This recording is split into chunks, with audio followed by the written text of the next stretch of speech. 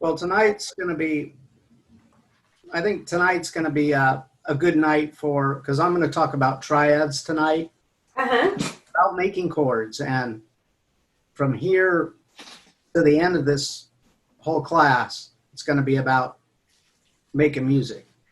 So this is where it gets good. A lot of that other stuff we had to get out of the way, but I'm going to kind of bring it together a little bit tonight, and hopefully it will be beneficial to everybody.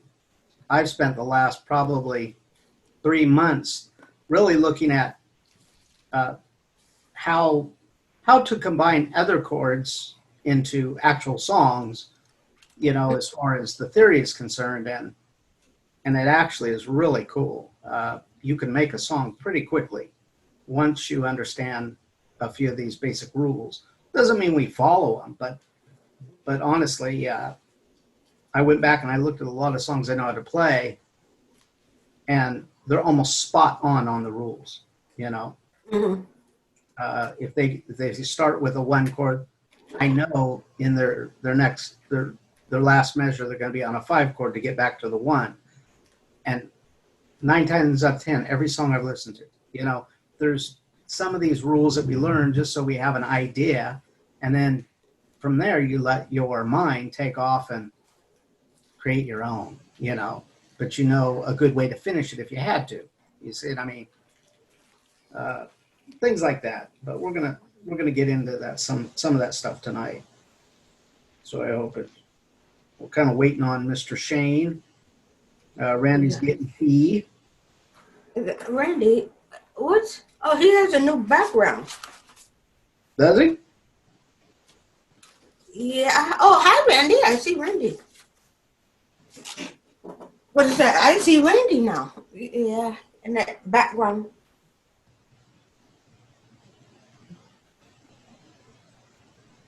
Oh, look at him trying to look all professional, like he's doing a podcast in his microphone and he had headphones.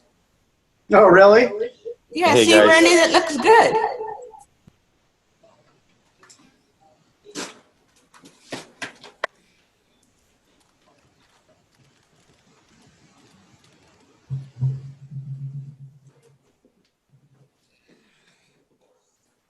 I guess it probably would have been the right thing for me to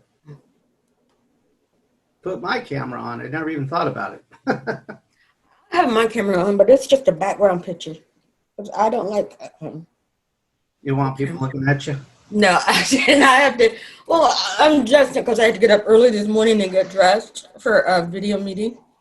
Hey guys, This morning? Oh, yesterday morning. Yeah. I'm here. I've got my phone with me and my headset on, but the computer's running the meeting in the apartment. It's recording, Okay. but I'm here if you guys want to get started. But I'm just going to be walking the dog. I'm with you though. I've got a headset on. I can hear you. Oh, cool. Yeah, I'm still part of the meeting. Well, Walking the dog. I was just giving it a couple more minutes for Shane to show up, because he usually does. Yeah. So, hey, you guys know, huh? Go ahead. So you know I'm taking that that recording studio class, right? Right. Yeah. So there's a guy named Matt Boudreau. He's he's in his 5th year or 6th year. He just did his 300th episode 300, right? Mm-hmm. And this guy interviews like top of the line record producers and mixers and engineers. That's what he does, right? Mm-hmm. So, well, guess what? He was our guest, and I subscribed to his podcast.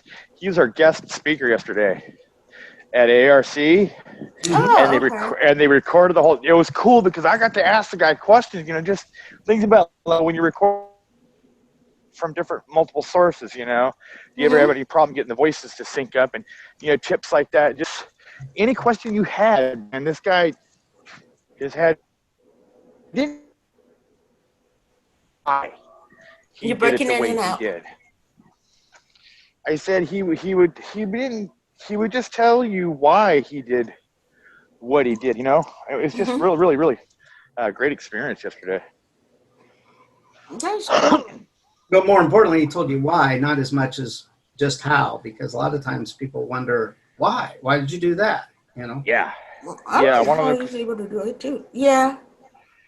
because not everything works across the board. Like I use, like for example, you guys have heard the Valerie. That's a decent sounding recording, right? Right. Mm-hmm. But then if you listen to Heavy, I use the same presets. Everything else is the same. Well, what's different? Heavy has drums mixed in with it, so it changes everything. Yeah. You know, so those same plugins and settings that I used before, it doesn't sound the same now. Come on, Scott. Mm-hmm. Come on. So it's I want to learn why. You know, right now we're going through some basic electrical terminology. Because we were talking about, because I was talking with some friends, um, how the podcast and how people would do the podcast, and especially Uh, the podcast with the video, right.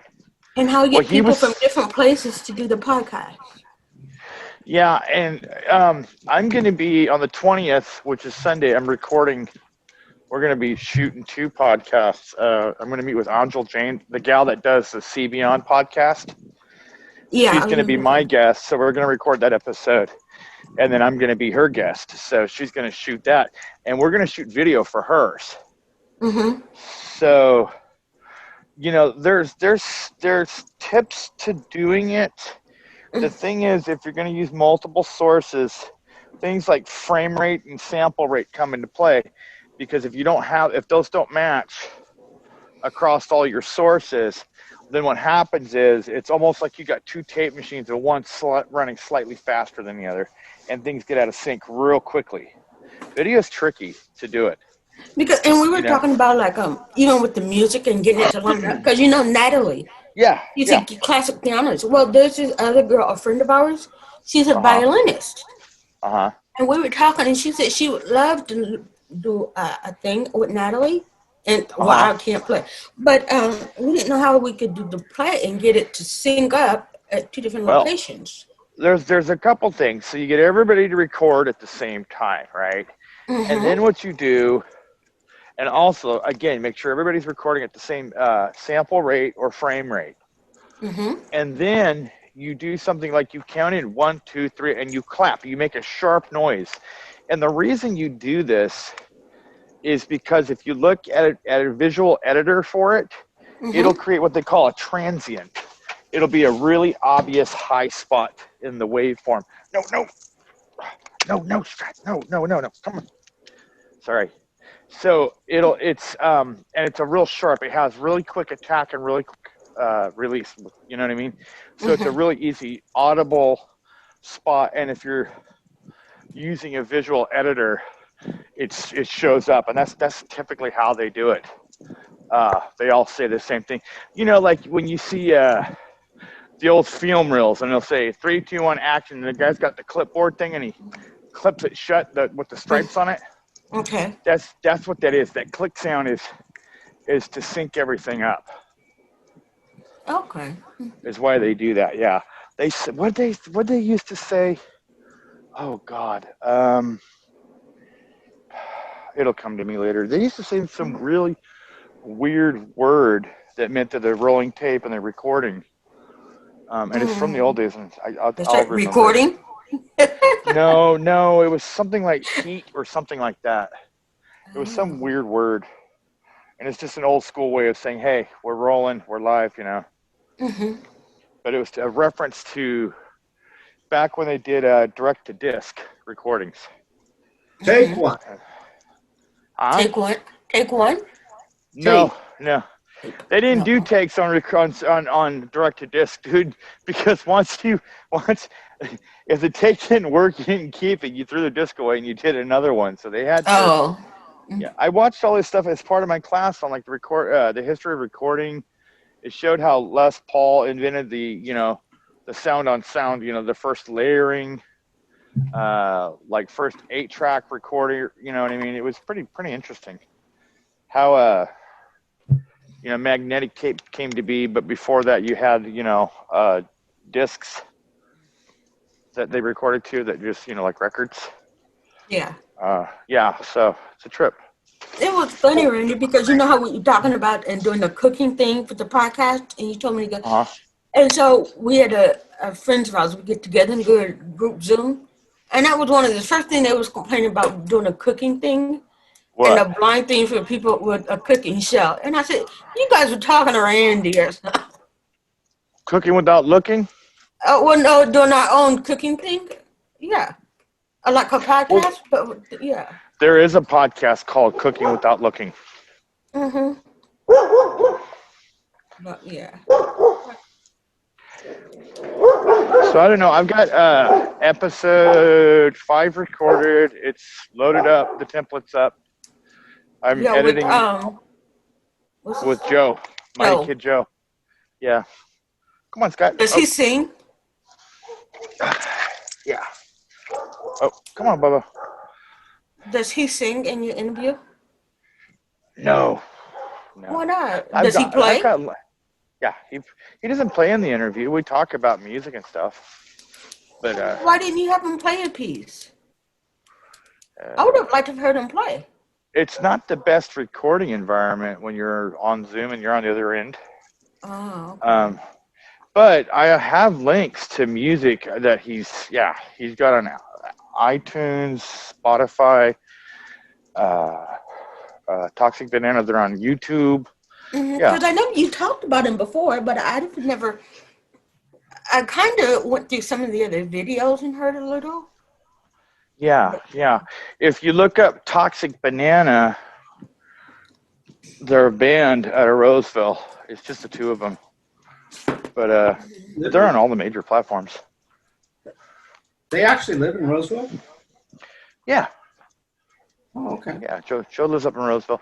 He lives with his mom and I think Kyle, who's like his buddy from a long time ago. But the thing is, during the interview, dude, there's some things I found out about Joe that I didn't know, especially with his music. He actually went to a school and was part of a music program there, which was California Center for the Blind, I think. And Now, did he go to Society for the Blind? yeah, he was my AT. Oh, that's right. That's how you first got AT it. student. Yeah, he was how you That's got how the group together. he's the reason why I started the music group. Yeah. Yeah, so he's a big part of the whole thing, man. Him and It's a guy amazing named with the Paul. music group because the girl I met, she's a violinist and she's having it hard. And she was talking about she hasn't played because she just hasn't had time. She said, but music, it just made her feel so much better. And I said, well, that's why I joined the music group. I said, that's what it's all about. And she said, oh, she would love to play a piece with Natalie. Yeah, that'd be cool. I'd love to hear a good violin player. And with the piano, yeah. I like rock and roll and whatever, but a lot of people would think that rock and roll is like the simple music. There's a lot of, jazz and classical musicians that'll say, well, that's not really, I you know worked what I mean? out, It's like, remember Thank You, the Zeppelin song with a vocal instructor who is a violin teacher. And she did, we worked out a song, we worked out that song with violin and my guitar. It was a lot of fun it's a rock and roll song. cool. We brought the violin. And we had But it's not, but that song's it's a rock and roll song, but only because Zeppelin was playing it, dude. Zeppelin could go in there with the frickin' piano and an electric guitar, and not even an electric guitar, just an acoustic guitar. And, what we did to it was, rock it, man. I wouldn't have expected the violin to sound that good with that song because of exactly that. I could not imagine a violin and rock and roll. No, you can make it fit. You can if you do it right, Well, I guess we should get started. I don't think Mr. Shane's going to make it tonight. Well, he might just be running late because sometimes even Juan comes in a little bit late. You ready, Ram? Where'd he go? Yeah, go for it. Go ahead. All right. So last time we talked about timing. We had to get it in there. As painful as it was, we got it in there. And I said last time that we will we will revisit timing again, but not until we get a few of these things that I've been wanting to discuss from day one, and that is chords, because they're essential to any song, although you could play just a melody, but it would be rather boring. But let's go back to our key to all of this is my C major scale. Remember, we talked about that several times now. C, D, E, F, G, and Hello, A. Randy Owen has left the meeting. Ruh-roh. I think Randy just left. No, he came in on another screen. Oh, did he? Okay. Yeah. So, He had up 2 screens. So this scale is really, it's called a diatonic scale. And the reason they call it a diatonic scale is because it doesn't really make sense. It has 7 notes. And you would think they would actually call it a heptatonic. Hepta is the word for 7, right? But they call it diatonic. Well, it actually has 2 pieces. It's got 5 tones and 2 semitones. And I don't want any of us to get confused about tones and semitones and things like that. We discussed them at length, and they were distances. Remember, they were the distances between notes, which is important.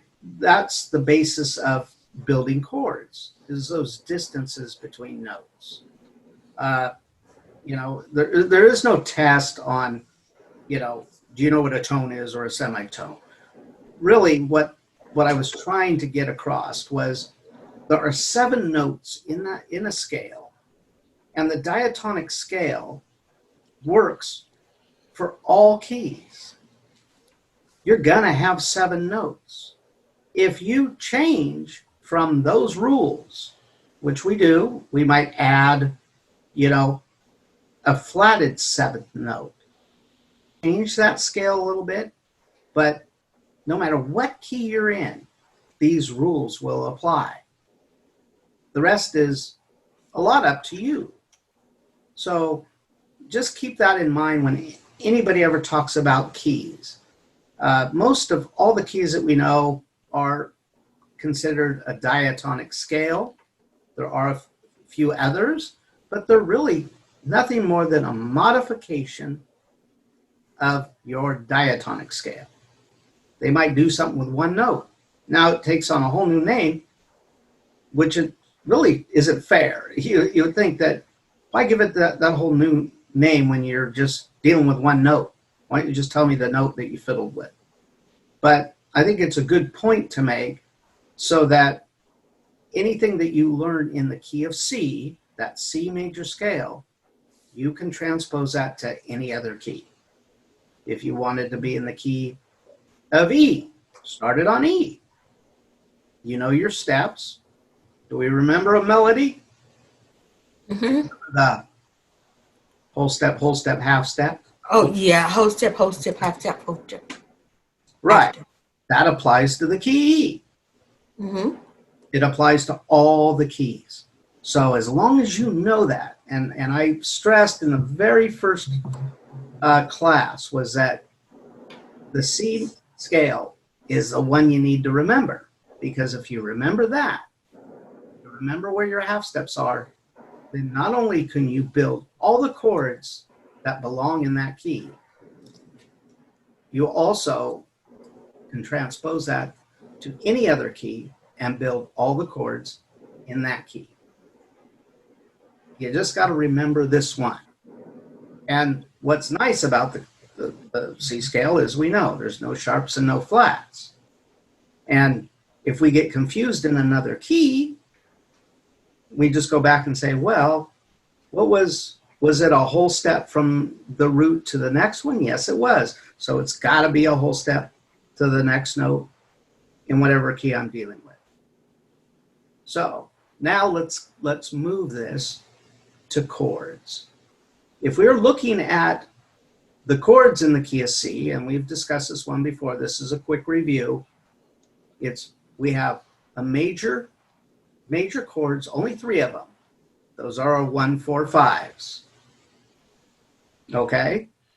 Mm-hmm. 1 chord, our 4 chord, and our 5 chord. In the key of C, you know one of them, it's C. What are the other 2? What's my 4 and 5 chords? Major chords. You remember, Melody? It's 145 or 135. It's C F. Let's see. I need my keyboard. C, F, and G. You are correct. Yeah. Okay? If we're going to play in the key of C, we know that if it's a major chord, it's going to be either a C, an F, and a G. And if it's a minor chord, it's going to be, there's 3 minor chords. Would be C major, next one's D minor, E minor, then of course our F major, G major, A minor, and B diminished. Okay, so say that again, the minor. If we're all the chords in the key of C, we start with C, we know that's going to be a major chord, that's C major. Then we go to the next note, C to D. D is a minor, so it would be D minor. And then we go D to E, which would be E minor, E to F, F major, that's our 4 chord, G major, which is our 5 chord, then G to A, which is A minor, and then A to B, B diminished, and then of course back to C. And I taught you that if you wanted to make any of those chords, basically you skip every other note. So for C, we'd have the 1, 3, 5, right? It'd be the 1 note would be C. We skip the D. We got the 3, which is E. Skip 1 note, and then you go to G. So C, E, G makes up the C chord. Okay? So the 135. Oh, you said 145. Is it 135 or 145? 1, 3, 5. Right. Up a chord, make up the C chord. 1, 4, 5 are the major chords in the key of C. I'm sorry. Okay? Okay. So, what is really happening when we make a chord? Every chord, what makes a chord is the distances between notes. So, more specifically, when we make a C, E, G, which we know is a C chord, and we know it's a major chord from what I just told you, we have so many steps between that C and the E, and we have so many steps between that E and the G. If you really look at it, remember when I said whole step, half step, whole step, whole step, whole step, half? I talked about the distances between those notes. But between C and E is 2 whole steps. And between E and G is a whole step and a half step. Well, this isn't just particular to the key of C. This is particular to every major chord. If you do 2 whole steps to the next note, which would be your 3, and a whole step and a half to your 5th, you just made a major chord. Works all across the board. So, for example, let's take an A chord, right? Well, let's take an A chord. And we know that between A and the next note, there's only 3 notes that make up a triad chord. That's the minimum amount of notes. And we do go further, and we have chords that have 4 notes and 5 and 6. But basically, any chord that you want to make, those 3 notes are give it the heart. So, yes, you can add a little more color to your chord with things you add, but your major chords, your major triads have 3 notes. So let's try like an A chord. So if we go to A to B, we know that's a whole step, right? And then if we go B to C, that's a half step. I need 2 whole steps between my first note of my chord, what we call the third, and the fifth.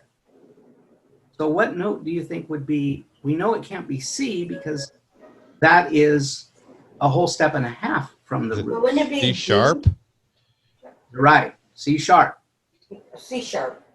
right. or D flat? Okay, that's what I would do. Okay. Yeah. Or D flat, right? So Right. now to make an A chord, an A major chord, it's 2 whole steps, which we just whole step A to B, whole step from B to C sharp, and so A, C sharp are 2 of the notes, and now we need the third note of the triad, which would go C sharp to D as a half step, and D to E is a whole step, which is a whole step and a half, and now we have the third note. A, C sharp, and E make up the A chord. Okay? C sharp and E. Okay, let me Try that so out. we started A.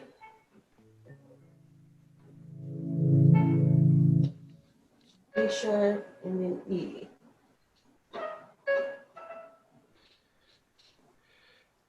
Okay, because you're going to step and a half. Right, a whole Whole step. and a half. Yeah. Right? So this works with any major chord. Any chord you want to make. I don't care what major chord you want to make. That's how you do it. So,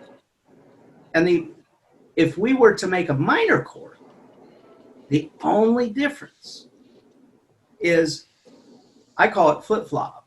The distance between the A and the next note has got to be a whole step and a half.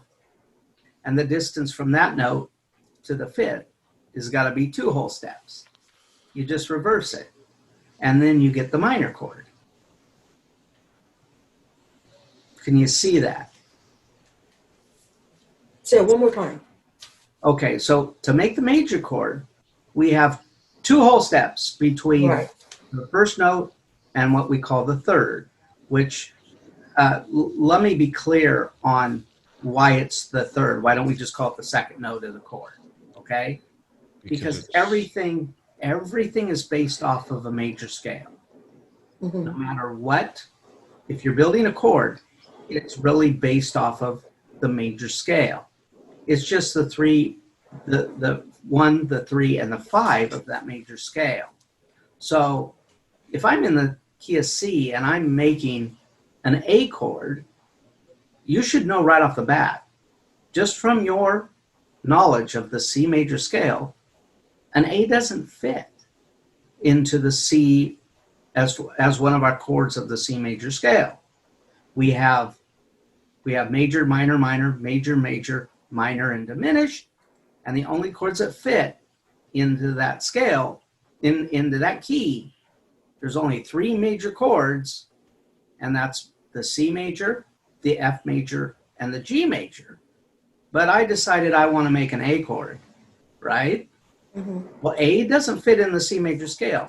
If I'm making an A major chord, guess what scale I would really be looking at? I'd be looking at the A major scale.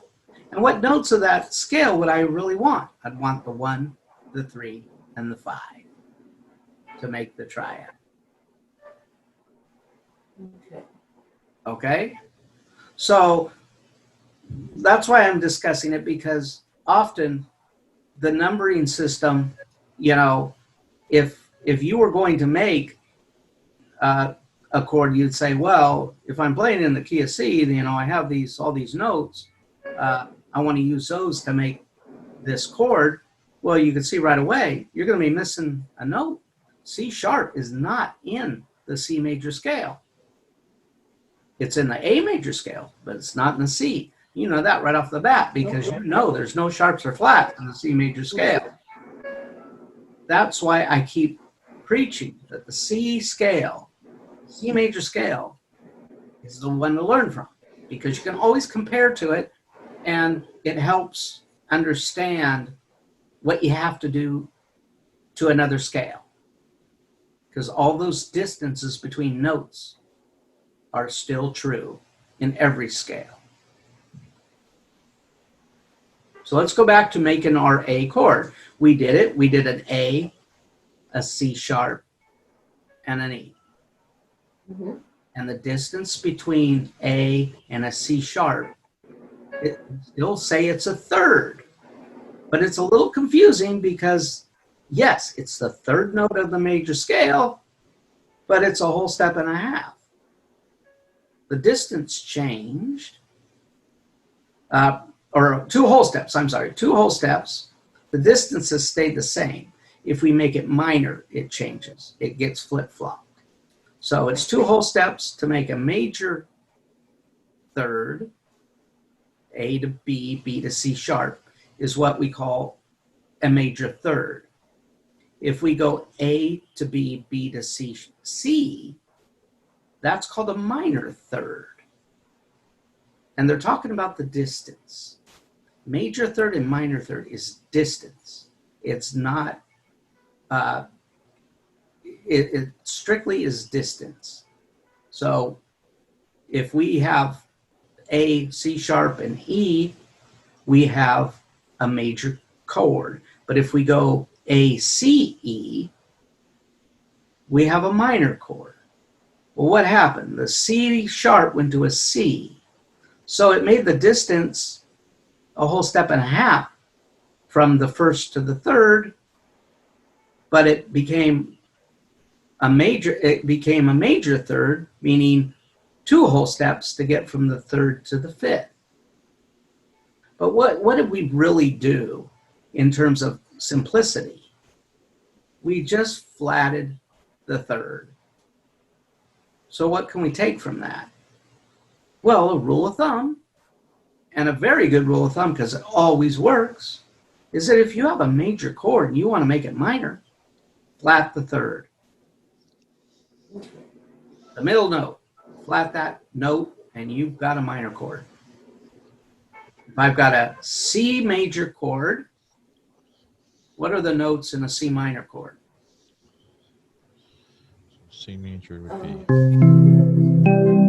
so that would be C, D sharp, G? Exactly.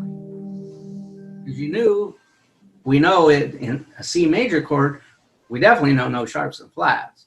The first note is C, the third note is E, and the fifth note is... Yeah, but what you just said a minute ago, you just flat the third, so I just dropped Oh, down. so it would be E. Okay, I just literally did what you said. I flattened the third. And I came up with I got it when you that's said. what Because I when was he trying to said figure out that the made E when you sense said to flat. me. Yeah, when he said that I thought, okay, I think I Just go to the understand. black key, right? Yeah. So you got this chord on your piano, and you're skipping a white key because it's got to be every other note to make the chord. C, E, and G. And now I want to make it C minor. Just take that white key, go up to that black. So instead of going 1 3 5, you're going 1 2.55 or 2.55, yeah. right? Right. And really, what is the distance between that C and that E flat or D sharp? It's basically a whole step and a half. And we call that whole step and a half a minor third. So anytime you hear a whole step and a half, It's a third, but step down. It's a minor third. And anytime you hear whole step, that's a major third. Period. No exception. So to build any major chord, it's a major third followed by a minor third. And to build any minor chord, it's a minor third followed by a major third. Good. Tongue twister. And so what does it mean in simple terms?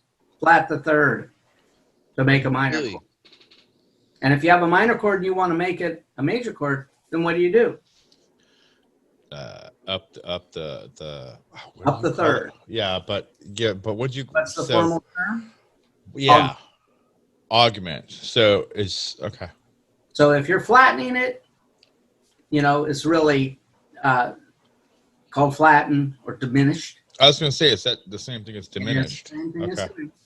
And Okay. if you're raising it, It's augmented. it's augmented. Okay. So, but that's how we do it. But see, remember, most of the time we're thinking of the major chord, and my recommendation is to really sit down and just take the chords that are most popular: A, B, C, D, E, F, G, A, B, C. A through C, and make those chords. Because once you know those, excuse me, then you can make any of the others. You see what I mean?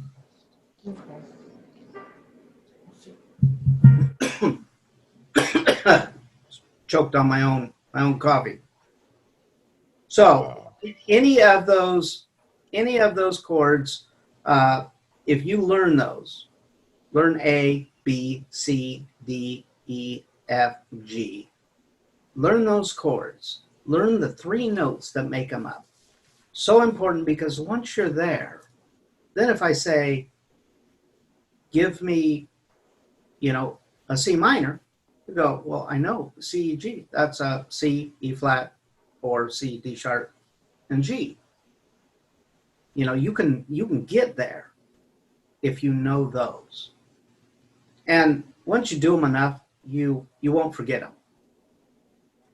They're good if you're going to memorize anything,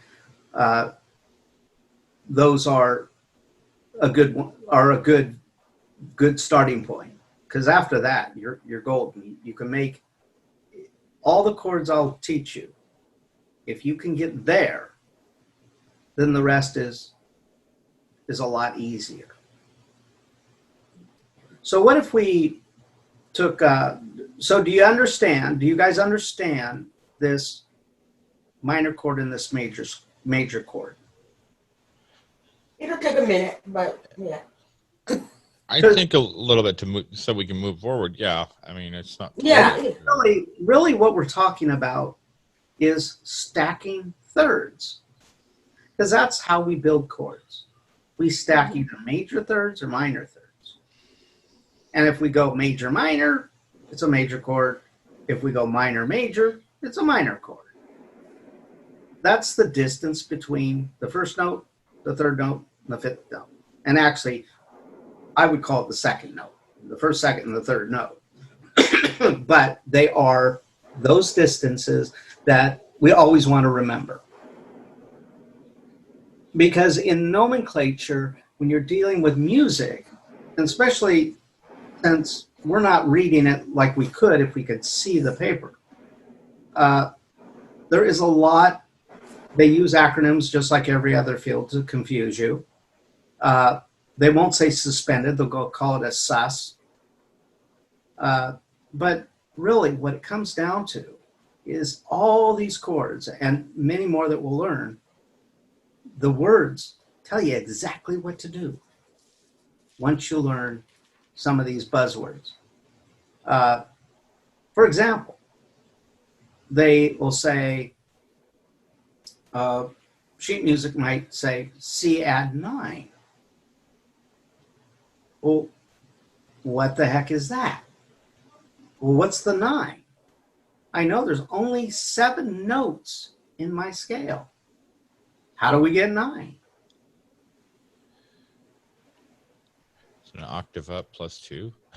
Or octave up plus 1? I don't What know. would be, we started at C, so we said C, D, E, F, G, A, B. That's 7 notes. Uh-huh. What do you think the 8th note is? You already know it. It's a C, right? Right. It raps. So D. So you would add a D. So basically you go up an octave and up one. If I'm adding a 9th, it means I'm in the 2nd octave and I'm adding a D. Yeah. Okay. Add 9. What if I said add 10? That would be to E. You're right. It would. Yeah. Now, what if it was up to, say, E flat? What would you call that? That would be a diminished. Would that be a diminished 10th? or It would go. Ninth. It would say a C add flat 10. Okay. Did I mean? Or it could say So C. add augmented ninth. You see how the nomenclature gets? It can. It's yeah. It tells you what to do. It describes what you're doing. But it doesn't tell you what to do. So, you know. Oh. Okay. And that chord, I like to play it actually. You hear me. I'll show you.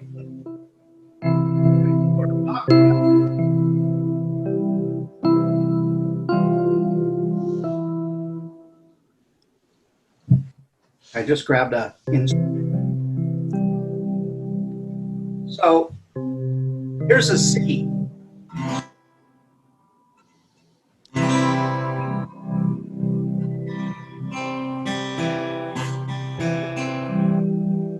And here's a C add 9. So then,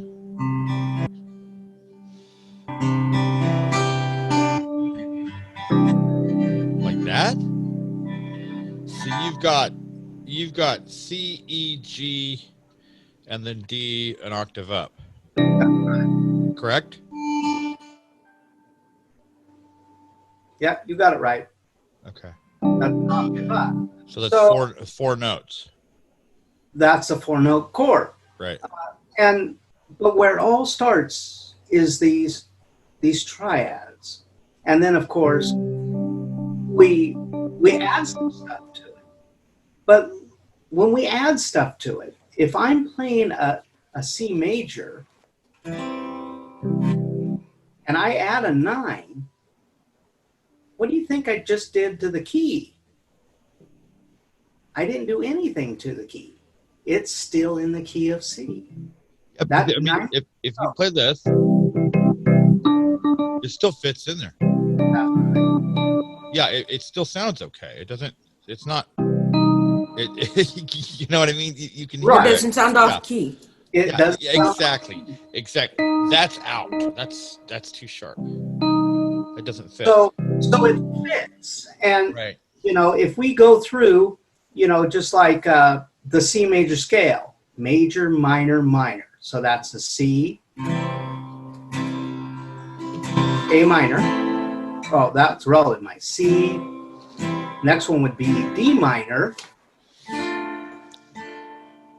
E minor. Then our 4 chord, which is our major chord, F, G, A minor, and then back to C. But what's unique about what chord in this key, and here's where the good stuff gets, is that almost every song that you listen to, once you have I told you, if you could identify the 1, 4, 5 chords, then most of the time you can identify the key. The 1 chord being the chord that they play the most. And then of course, the 4 and the 5 chords, we know, like in the key of C, they're F and G, but guess what? They're only a whole step apart. So they're going to be close as far as just a whole step apart. And we can identify the key. But what's interesting about it is if we want to write a song in the key of C, those major chords and even the minor chords, because of where they're positioned in the degree of the scale, C being 1, D 2, and so on, those are called the degree of the scale, and they have an associated chord. The 1 is our they call our tonic chord, and it's called tonic because it really gives the flavor of the whole song. It's the home row. Okay, Jim. Yep. I just noticed something though as you were playing through those different chords. You had suspense and release. I mean, everything you needed for a song was there, huh? Exactly. So we could make a song. We could make a song tonight just on what we know. We could say, let's start with just a C chord.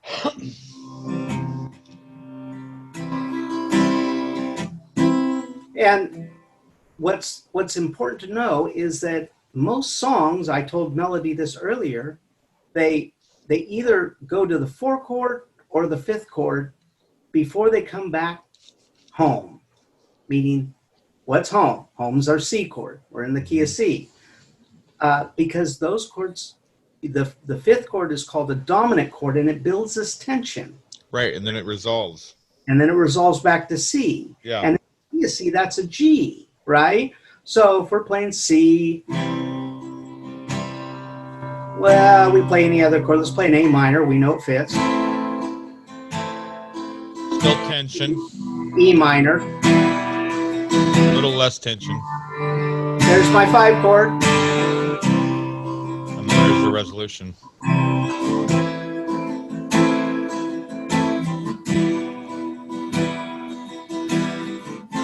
There's my 4, but the 4 can go back to the root.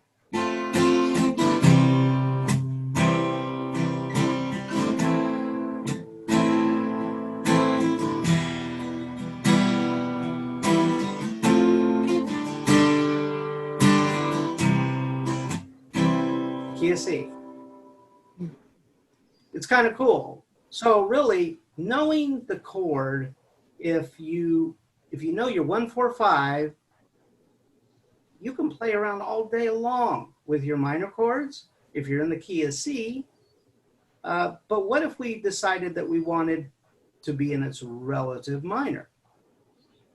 It's relative minor of C major.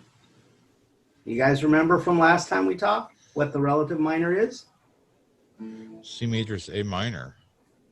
That's right.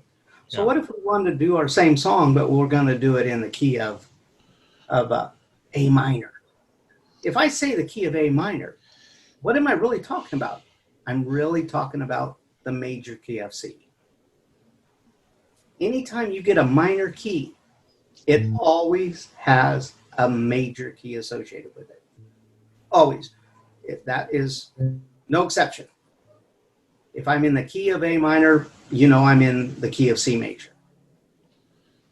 Both give you the same information. You know both sets of chords fit in both. What makes it minor? What makes the song sound minor? It's a diminished third. It's the fact that I stick on my home now is going to be in A minor. I'm still in a key of C. But if I'm saying I'm in the key of A minor, it's relative minor, then I'm going to spend a lot more time on A minor.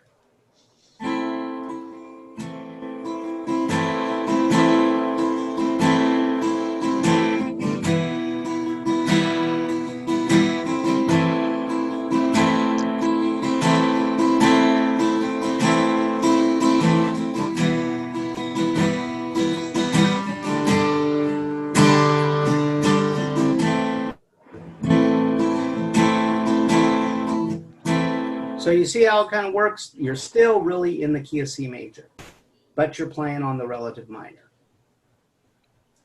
Still in the main key of C major. And most people will say, if they're going to say, hey, I'm playing in A minor, then most people are like, oh, okay, you're playing in C major. If somebody says, I'm playing in E minor. Well, E minor is its relative major is G. So you're in G major. Okay? The relative minor is always the 6th note of the scale. Always. So there's one other chord. Okay. How are we doing on time, Mr. Rand? Let me look. Am I muted? No. No. Okay, you can hear me? Just a second. Let me look. Yeah, we can hear you. No, we can't hear you. 6:48. Okay, we got some time. So really, from tonight, I want you to remember how to make a triad. Mm-hmm. Major, minor, minor, major, right? We even talked about an add 9, which means what? We're adding the 9th note, which it has to rap. So we go back starting. If I did a C add 8, you go, well, you got 2 C's in your scale, in your chord, right? They're an octave apart. So a C add 8, isn't that just an octave? Yeah, and I've never actually seen a C add 8. Okay. You know what I mean?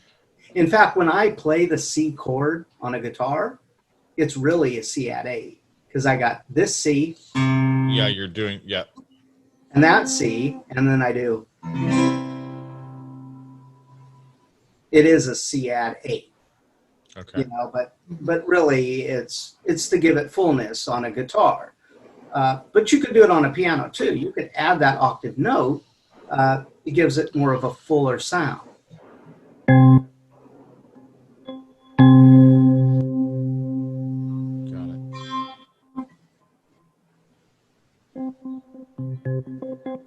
Okay. So there's one chord we didn't talk about out of all those notes. We talked about 6 of the chords. 3 major chords, 3 minor chords, and 1 diminished. And the diminished chord, I can tell you, we can have a whole hour spent on that diminished chord. It's a beast. But what is it? It's really stacked thirds, stacked minor thirds. So we know if we're going to make an A diminished, right? It would be an A to a C, because that'd be a third, a C to a D sharp or E flat. It wouldn't be ACE, it'd be stacked thirds, 2 minor thirds. And then as that, you can make these chords grow. So, and they're not popular. That's kind of, yeah. They're not a popular chord, but yet they are used. They're not used in rock and roll much. I don't hear them in rap much.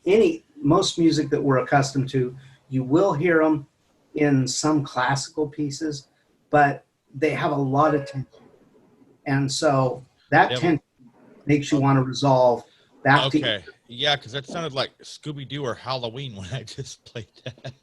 Right. So they have a lot of feeling. tension, and you always want to, you want to end on your 4 or 5 so you can get back to your tonic chord, your root, which is your 1 chord, and so you might substitute in a diminished, which is really going to drive you to come home, right? So they do get played, but most of the time, most people will stay away from them. They do get more complex too, because you can do 3 stacked thirds, minor thirds. So you can make a pretty big chord, but all it does is add more. The more you stack, the more tension you add. Okay. So one last chord I will talk about tonight quickly, and we'll probably cover it a little bit more next time, is just a suspended chord. And all suspended means is we're going to suspend the third. Okay? And whatever, if it says a D, or let's do an A, because we've been working with it. An A sus 2. It means we're going to suspend the third, meaning get rid of the third note, and we're going to replace it with the 2 note, which would be a B. So we went from A, C sharp, B, and now we're going to do an A sus 2, meaning suspend always means remove the third note out of our triad. So now we're going to do, and their sus 2 chords always have that open kind of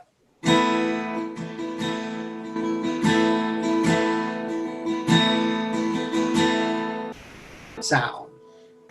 That's an A sus 2. But what about an A sus 4? Well, we're going to dump that third, it's suspended, and we're going to add the fourth note. What is that fourth note, Randy? Do you know? A is a D. It's a D. So we'd go, here's our sus2, here's our A, and here's our D.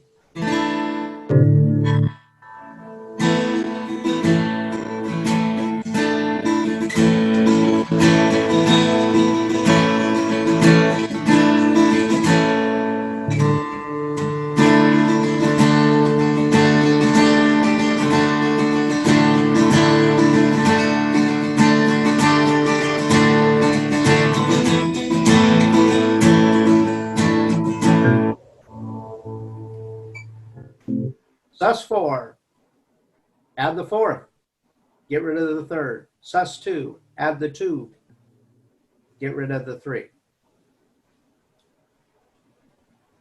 And really, that's pretty much what you see. I guess you could have a sus6, but like in the key of C, that would be get rid of the third and add a B, or not a B, an A. You know, so you can do things like that, but I don't see them that often. I see more sus2, sus4 stuff. They're popular because, especially like on a guitar, you have the, you know, A. It's all done on one string just because of the note, right? So you have a sus2, A minor, you know, which then you have a A, and then the A suspended. You got 4 different voicings that all work. You can replace any major chord with a sus chord, and it's kind of a. It really doesn't have a key that it belongs to, so you can fit them in places where you couldn't normally fit just a normal minor chord or even a normal major chord. You can use it that way.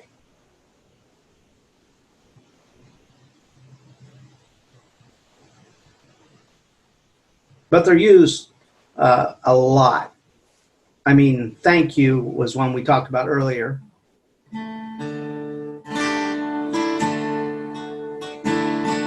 Goes from a suspended, a sus4 to a D to a sus2, or a Hotel California.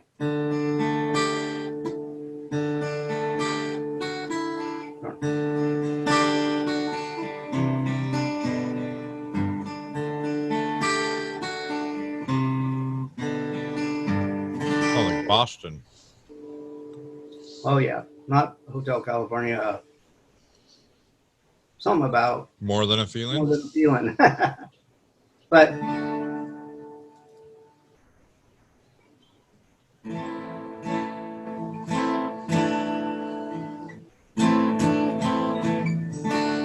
That sounds like Zeppelin.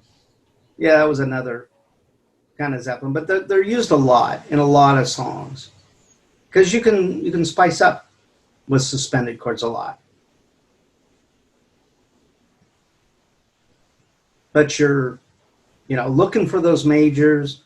You know, we know that if we're on a 5 chord, we're going to probably go back to home row. It's a really good way to, because you can experiment.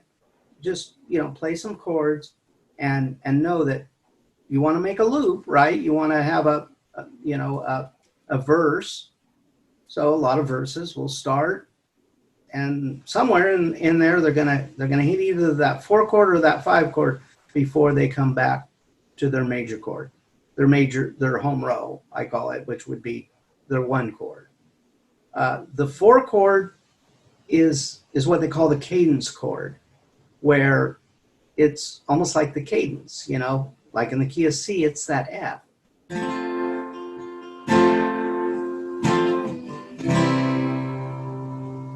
And the 5 chord is a G, which is a little brighter, and it's saying, yeah, you got to get home.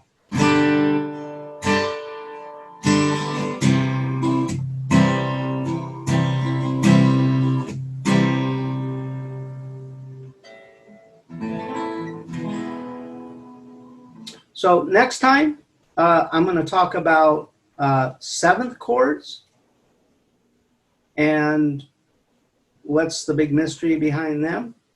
And yes, it has to do with the seventh note, ninth chords, and I'm trying to think what other, I think that will be, there's a lot with them. The seventh chord is our blues chord.